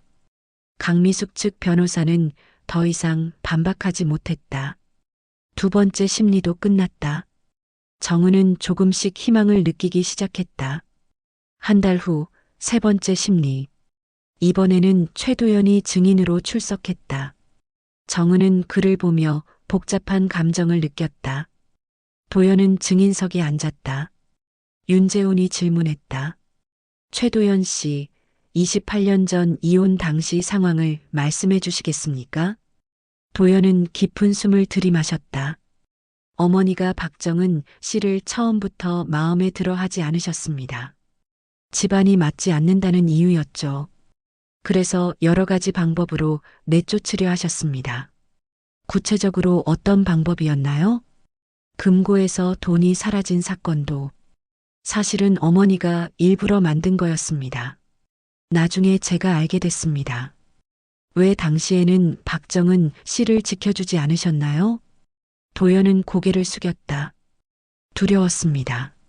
어머니에게 반대하는 게, 그리고 솔직히 확신이 없었습니다. 정은 씨가 정말 무죄인지 지금은 어떻게 생각하십니까? 정은 씨는 아무 잘못도 하지 않았습니다. 모든 게 어머니의 조작이었습니다. 제가 더 용기 있었다면 정은 씨를 지켜줬어야 했습니다. 정은은 도연을 바라보았다. 눈에는 눈물이 고여 있었다. 하지만 이제 와서 눈물로 무엇을 바꿀 수 있을까? 강미숙 측 변호사가 반대 신문을 했다. 최도연 씨, 어머니에게 불리한 증언을 하시는 이유가 뭡니까? 혹시 박정은 씨와 다시 관계를 회복하려는 건 아닙니까? 아니요. 저는 단지 진실을 말하고 있을 뿐입니다. 3번째 심리가 끝났다. 이제 마지막 심리만 남았다. 한 달 후 최종 심리. 최종 심리 날. 법정은 긴장감으로 가득했다. 판사가 입장했다. 이번 재심 사건에 대한 최종 판결을 내리겠습니다. 방청석은 조용해졌다.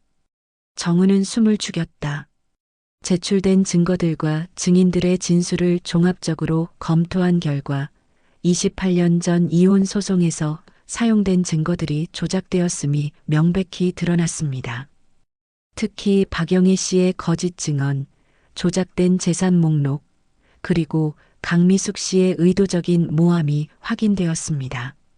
판사는 잠시 멈추고 서류를 넘겼다. 따라서 본 법원은 28년 전의 판결이 잘못되었음을 인정하며 박정은 씨에 대한 모든 불리한 판결을 취소합니다. 박정은 씨는 결백합니다. 정은은 눈물을 흘렸다. 서연이 뒤에서 엄마를 안았다.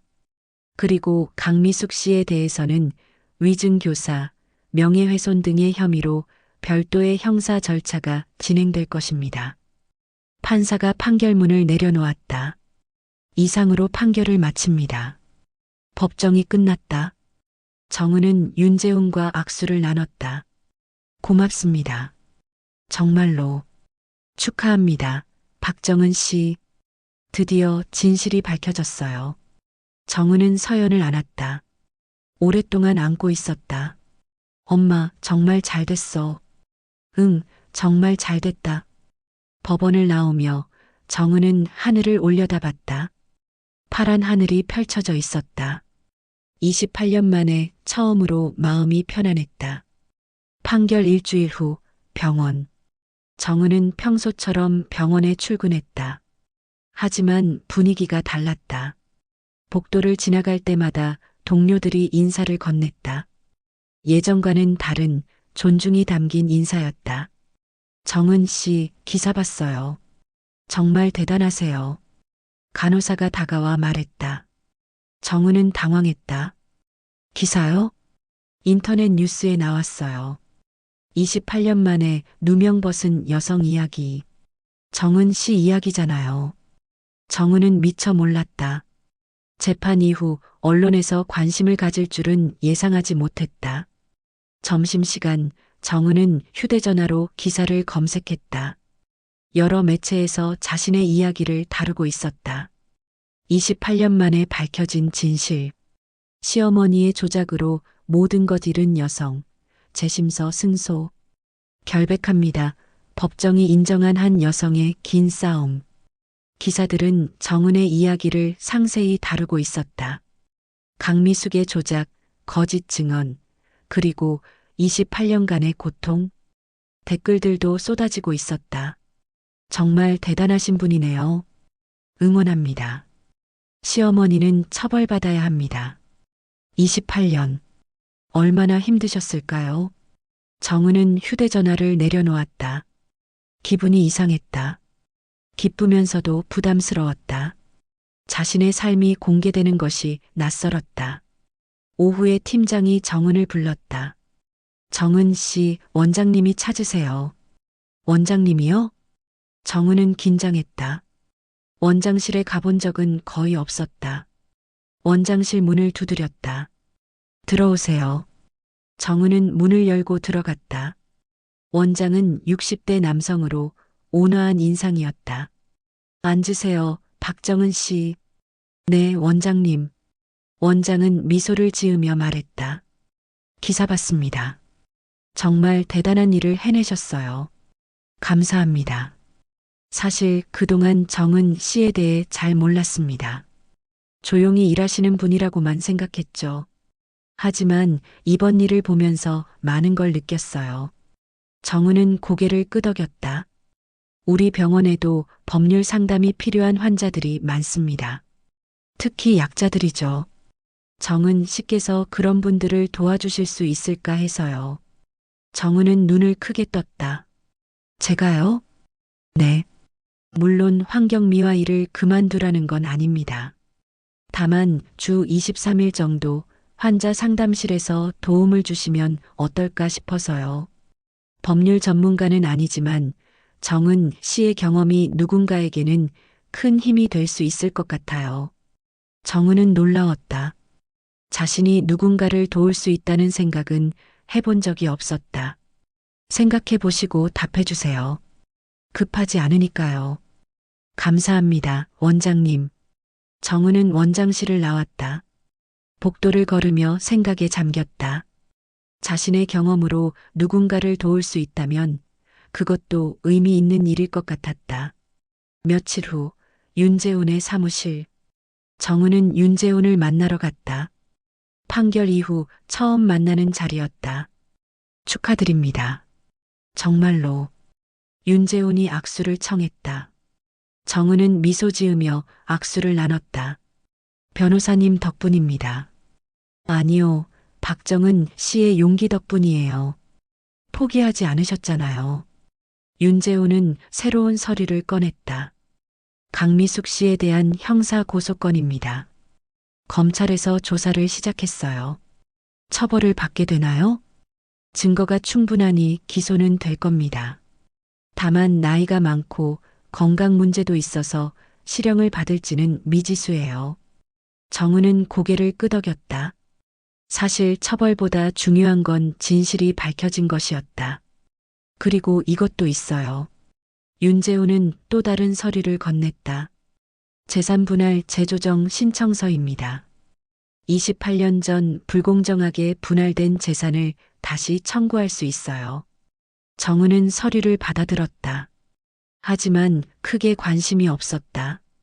돈은 별로 중요하지 않아요. 하지만 박정은 씨가 받아야 할 정당한 몫입니다. 최소한 그 시간에 대한 보상은 받으셔야 해요. 정은은 한참을 생각했다. 그리고 고개를 끄덕였다. 그럼 진행해 주세요. 하지만 제가 받게 되는 돈은 나중에 어려운 사람들을 돕는데 쓰고 싶어요.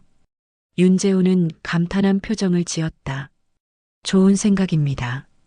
제가 도와드리겠습니다. 2주 후 서연의 자취방. 정은은 서연의 초대로 저녁 식사를 함께했다. 작은 원룸이었지만 서연이 정성껏 차린 식탁은 따뜻했다. 엄마, 요즘 어때? 서연이 물었다. 정은은 미소 지었다. 좋아. 마음이 편해졌어. 나도 그래. 이제 엄마가 어떤 사람인지 제대로 알게 돼서. 미안해, 서연아. 진작 말했어야 했는데. 서연은 고개를 저었다. 아니야. 엄마가 말할 수 있을 때 말한 거잖아. 이해해. 두 사람은 조용히 식사를 했다. 오랜만에 편안한 시간이었다. 엄마, 나 하나 물어봐도 돼? 응, 뭐든지. 아빠는 어떻게 할 거야? 다시 만날 거야? 정은은 고개를 저었다. 아니, 그럴 생각 없어. 왜? 아빠도 미안해 하잖아. 미안하다고 다 용서되는 건 아니야. 그리고 사실 엄마는 아빠를 사랑했던 게 아니었던 것 같아. 서연은 조용히 들었다.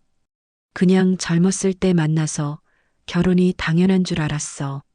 사랑이 뭔지도 잘 모르고. 하지만 이제는 알아. 진짜 사랑은 서로를 지켜주는 거라는 걸. 아빠는 엄마를 지켜주지 못했네. 응.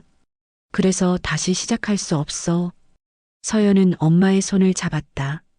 엄마가 행복하면 그걸로 됐어. 나는 엄마 편이야. 정은은 눈물이 났다. 딸의 지지가 세상 무엇보다 소중했다. 한 달 후 법원.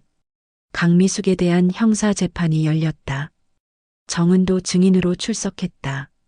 강미숙은 휠체어에 앉아 있었다. 건강이 많이 악화된 것 같았다. 하지만 표정은 여전히 단호했다. 검사가 강미숙에게 질문했다. 피고인은 28년 전 며느리 박정은 씨를 의도적으로 모함한 사실을 인정하십니까?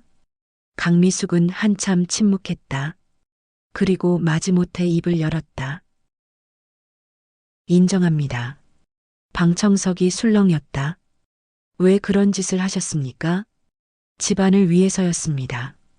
박정은 씨는 우리 집안에 맞지 않았어요. 일찍 정리하는 게 서로를 위한 일이라고 생각했습니다. 그 과정에서 박정은 씨가 모든 것을 잃었다는 걸 아셨습니까? 알았습니다. 후회하십니까? 강미숙은 대답하지 않았다. 그저 고개를 돌렸다. 판사가 판결을 내렸다. 피고인 강미숙은 위증교사, 명예훼손 등의 혐의로 징역 1년, 집행유예 2년을 선고합니다. 실형은 아니었다. 나이와 건강 상태를 고려한 판결이었다. 정은은 담담하게 받아들였다. 처벌이 목적은 아니었으니까. 법정을 나오며 정은은 강미숙과 마주쳤다. 강미숙은 휠체어에 앉은 채 정은을 바라봤다. 만족하시나요? 강미숙이 물었다. 목소리는 쇠약했다. 정은은 잠시 생각하다가 대답했다. 만족하지 않아요. 28년을 돌려받을 수는 없으니까요. 하지만 이제는 평온해요. 진실이 밝혀졌으니까. 강미숙은 고개를 돌렸다. 더 이상 할 말이 없는 듯했다. 정은은 그녀를 지나쳐 걸어갔다. 뒤돌아보지 않았다. 며칠 후 병원 상담실. 정은은 원장의 제안을 받아들이기로 했다. 주 3일 환자 상담을 돕기로 한 것이다. 첫 상담 날 정은은 상담실에 앉아 있었다. 긴장됐다. 자신이 제대로 할 수 있을지 자신이 없었다. 오전 10시 첫 내담자가 들어왔다. 40대 여성이었다. 눈가에 멍이 있었다. 안녕하세요. 정은이 조심스럽게 인사했다. 여성은 고개를 숙인 채 자리에 앉았다. 말씀하기 편하신 대로 이야기해 주세요. 정은의 목소리는 부드러웠다. 여성은 천천히 입을 열었다. 남편이 때려요. 벌써 몇 년째인데 저는 어떻게 해야 할지 모르겠어요. 정은은 여성의 손을 잡았다. 힘드셨겠어요. 그 한마디에 여성은 눈물을 쏟기 시작했다. 정은은 조용히 옆에 앉아 여성의 이야기를 들어주었다. 1시간 후 여성은 조금 진정된 표로 상담실을 나갔다. 다음에 또 와도 될까요? 물론이죠. 언제든 오세요. 여성이 나가고 정은은 창밖을 바라보았다. 자신의 경험이 누군가에게 도움이 될 수 있다는 게 신기했다. 그리고 의미 있었다. 한 달 후, 정은의 일상은 완전히 바뀌었다. 환경미화 일은 주 2일만 하고 나머지 3일은 상담실에서 보냈다. 많은 환자들이 정은을 찾아왔다. 가정폭력, 경제적 어려움, 법적 문제. 정은은 그들의 이야기를 들어주고 위로하고 때로는 법률센터를 연결해 주었다. 윤재훈도 자주 병원을 방문해 무료 법률 상담을 진행했다. 정은과의 협업이었다. 박정은 씨 정말 잘하시네요. 어느 날 윤재훈이 말했다. 그런가요? 네. 사람들이 박정은 씨를 믿고 마음을 여는 게 보여요. 같은 고통을 겪어본 사람이라는 걸 아니까요. 정은은 미소 지었다. 제 경험이 쓸모가 있다니 다행이에요. 쓸모가 있는 정도가 아니에요. 누군가의 삶을 바꾸고 있어요. 그 말이 정은에게 큰 힘이 되었다. 2개월 후 재산 분할 재조정 판결. 재산 분할 재조정 재판도 정은에게 유리하게 끝났다. 28년 전 불공정하게 분할된 재산이 재조정되어 정은은 상당한 금액을 받게 되었다. 하지만 정은은 그 돈을 자신을 위해 쓰지 않았다. 윤재훈과 상의해서 희망법률기금을 만들었다. 경제적으로 어려운 사람들의 법률 비용을 지원하는 기금이었다. 첫 수혜자가 정해졌어요. 윤재훈이 전화로 알려줬다. 누구예요? 가정폭력으로 이혼 소송 중인 여성이에요. 변호사 비용이 없어서 포기하려던 분인데 기금 덕분에 소송을 진행할 수 있게 됐어요. 정은은 뿌듯했다. 잘 됐네요. 박정은 씨 덕분입니다. 전화를 끊고 정은은 창밖을 바라보았다. 자신의 고통이 누군가의 희망이 되고 있었다. 28년의 세월이 헛되지 않았다는 생각이 들었다. 3개월 후 공익법률센터. 윤재훈은 정은에게 제안을 했다. 박정은 씨, 저희 센터에서 정식으로 일하실 생각 없으세요? 정식으로요? 네. 상담 보조로요. 물론 법률 전문가는 아니지만 박정은 씨의 경험과 공감 능력은 우리 센터에 꼭 필요해요. 정은은 고민했다. 병원 일도 의미 있었지만 법률센터에서 더 많은 사람을 도울 수 있을 것 같았다. 생각해 볼게요. 며칠 후 정은은 결정을 내렸다. 병원을 떠나 법률센터에서 일하기로 한 것이다. 마지막 출근 날 동료들이 작은 송별회를 열어줬다. 정은 씨, 그동안 고생 많으셨어요. 새로운 곳에서도 잘하실 거예요. 정은은 감사한 마음으로 인사를 나눴다. 병원을 나서며 정은은 뒤돌아봤다.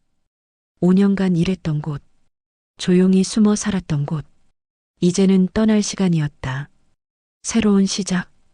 정은은 설레는 마음으로 법률센터로 향했다. 6개월 후, 봄. 정은은 공익법률센터에서 상담 보조로 일하고 있었다. 매일 다양한 사람들을 만났다. 억울한 일을 당한 사람, 법을 모르는 사람, 도움이 필요한 사람. 정은은 그들의 이야기를 들어주고 위로하고 방향을 제시했다. 어느 봄날 오후 젊은 여성이 센터를 찾아왔다. 30대 초반으로 보였다. 눈가가 붓고 손은 떨리고 있었다. 안녕하세요. 앉으세요. 정은이 부드럽게 말했다. 여성은 조심스럽게 자리에 앉았다. 이름이 어떻게 되세요? 김유진이요. 유진 씨, 편하게 말씀해 주세요. 무슨 일로 오셨어요? 유진은 한참을 망설이다가 입을 열었다. 저, 남편이 바람을 폈어요. 그리고 이혼하자고 하는데 제 잘못이라고 하면서 위자료도 안 주겠대요. 정은은 고개를 끄덕이며 들었다. 자세히 말씀해 주실 수 있어요? 유진은 눈물을 흘리며 이야기를 시작했다. 5년 결혼 생활, 남편의 외도, 시어머니의 학대. 너무나 익숙한 이야기였다. 정은의 과거와 닮아 있었다. 유진 씨, 잘못은 유진 씨가 하신 게 아니에요. 남편이 바람을 피운 거잖아요. 하지만 시어머니는 제가 살림을 못해서 남편이 밖으로 돈다고 해요. 그리고 제가 나가면 아이도 못 만나게 하겠대요. 정은의 가슴이 아팠다. 28년 전 자신의 모습이 보였다. 유진 씨, 포기하지 마세요. 법은 유진 씨 편이에요. 증거만 있으면 이길 수 있어요. 증거가 있긴 한데 사용해도 될지 모르겠어요. 어떤 증거예요? 남편 휴대전화 메시지요. 외도 상대랑 주고받은. 정은은 윤재훈을 불렀다. 변호사님, 이 케이스 좀 봐주시겠어요? 윤재훈이 들어와 유진의 이야기를 들었다. 그리고 고개를 끄덕였다. 충분히 승소할 수 있어요. 증거도 있고 법리적으로도 유리해요. 유진은 희망을 되찾은 표정을 지었다. 정말요? 제가 이길 수 있어요? 네. 포기하지 마세요. 저희가 도와드릴게요. 유진이 나가고 정은은 창밖을 바라보았다. 저 사람 저랑 너무 비슷하네요. 윤재훈이 옆에 섰다. 그래서 박정은 씨가 더 잘 도와줄 수 있을 거예요. 이기게 해주고 싶어요. 저처럼 28년을 억울하게 살지 않도록. 그렇게 될 거예요. 저녁, 서연과의 저녁 식사. 정은은 서연과 자주 만나는 식당에서 저녁을 먹고 있었다. 서연은 회사 일 이야기를 했고 정은은 센터 일 이야기를 했다. 엄마, 요즘 정말 행복해 보여. 서연이 말했다. 그래. 응. 예전엔 항상 어두운 그림자가 있었는데 이제는 없어졌어. 정은은 미소 지었다. 그런가. 나도 느껴. 이제는 마음이 편해. 엄마, 나 하나 물어봐도 돼? 응. 혹시 새로운 사람 만날 생각 없어? 정은은 눈을 크게 떴다. 무슨 소리야? 연애 말이야. 엄마도 행복할 자격 있잖아. 정은은 웃었다. 나는 지금도 충분히 행복해. 너도 있고 의미 있는 일도 하고. 그래도 서연아, 엄마는 이제 혼자서도 행복할 수 있어. 누군가 없어도 괜찮아. 서연은 엄마의 손을 잡았다. 엄마가 행복하면 나도 행복해. 나도 내가 행복해서 행복해. 두 사람은 마주보며 웃었다. 2주 후 최도연의 연락. 정은에게 최도연에게서 문자가 왔다. 정은 씨, 한 번만 만나주실 수 있을까요? 할 이야기가 있습니다. 정은은 한참을 망설였다. 하지만 결국 답장을 보냈다. 토요일 오후 3시 한강공원에서. 토요일이 되었다. 정은은 한강공원 벤치에 앉아 도연을 기다렸다. 도연이 나타났다. 정장 대신 캐주얼한 옷차림이었다. 표정은 피곤해 보였다. 와줘서 고마워요. 도연이 말했다. 정은은 고개만 끄덕였다. 무슨 일로 부르신 거예요? 도연은 잠시 침묵했다. 그리고 천천히 입을 열었다. 어머니가 돌아가셨어요. 정은은 놀랐다. 언제요? 일주일 전이요. 심장마비였어요. 정은은 복잡한 감정을 느꼈다. 강미숙, 자신의 인생을 망쳤던 사람. 하지만 이제는 미움조차 느껴지지 않았다. 조의를 표합니다. 고마워요. 그리고 어머니가 마지막에 남긴 말이 있어요. 무슨 말이요? 정은 씨한테 미안하다고, 잘못했다고. 정은은 한강을 바라보았다. 물이 흐르고 있었다. 모든 것이 흘러가고 있었다. 이제 와서 미안하다는 말이 무슨 소용이겠어요. 하지만 들으니 마음이 조금은 편하네요. 도연은 정은을 바라보았다. 정은 씨, 저도 진심으로 미안해요. 그리고 마지막으로 한 번만 더 물어볼게요. 우리 다시 시작할 수 없을까요? 정은은 고개를 저었다. 안 돼요. 왜요? 이제 어머니도 안 계시고 오해도 다 풀렸는데. 사랑하지 않으니까요. 정은의 대답은 단호했다. 저는 당신을 사랑했던 적이 없어요. 어쩌면 처음부터 착각이었는지도 몰라요. 그리고 28년이 지난 지금 다시 시작할 이유가 없어요. 도연은 고개를 숙였다. 제가 너무 늦었네요. 늦은 게 아니에요. 애초에 우리는 맞지 않았어요. 정은은 자리에서 일어났다. 잘 지내세요, 도연 씨. 그리고 서연이를 잘 돌봐주세요. 정은 씨. 하지만 정은은 돌아보지 않았다. 한강변을 따라 걸어갔다. 바람이 불었다. 봄바람이었다. 한 달 후 센터. 김유진의 이혼 소송이 승소로 끝났다. 위자료도 제대로 받았고 아이 양육권도 지킬 수 있었다. 유진이 센터를 찾아와 정은을 안았다. 정말 감사해요. 선생님 아니었으면 포기했을 거예요. 유진 씨가 포기하지 않았기 때문이에요. 앞으로 어떻게 살아야 할까요? 무섭고 두려워요. 정은은 유진의 손을 잡았다. 한 걸음씩 가요. 천천히. 그러다 보면 어느새 새로운 삶을 살고 있을 거예요. 유진은 눈물을 흘리며 고개를 끄덕였다. 유진이 나가고 윤재훈이 들어왔다. 박정은 씨, 또 한 사람을 구했네요. 저는 그냥 옆에 있었을 뿐이에요. 그 옆에 있음이 누군가에게는 세상 전부예요. 정은은 미소 지었다. 저녁, 정은의 새 집. 정은은 재산 분할로 받은 돈 일부로 작은 아파트를 샀다. 원룸에서 벗어나 방 2개짜리 집. 하나는 정은의 방, 하나는 서연이 올 때를 위한 방이었다. 저녁을 먹고 정은은 베란다에 나가 밤하늘을 바라보았다. 별이 반짝였다. 휴대전화가 울렸다. 서연이었다. 엄마, 자고 있었어? 아니, 깨어 있었어. 엄마, 나 다음 주에 놀러 가도 돼? 당연하지. 언제든 와. 엄마 사랑해. 나도 사랑해, 서연아. 전화를 끊고 정은은 다시 하늘을 올려다봤다.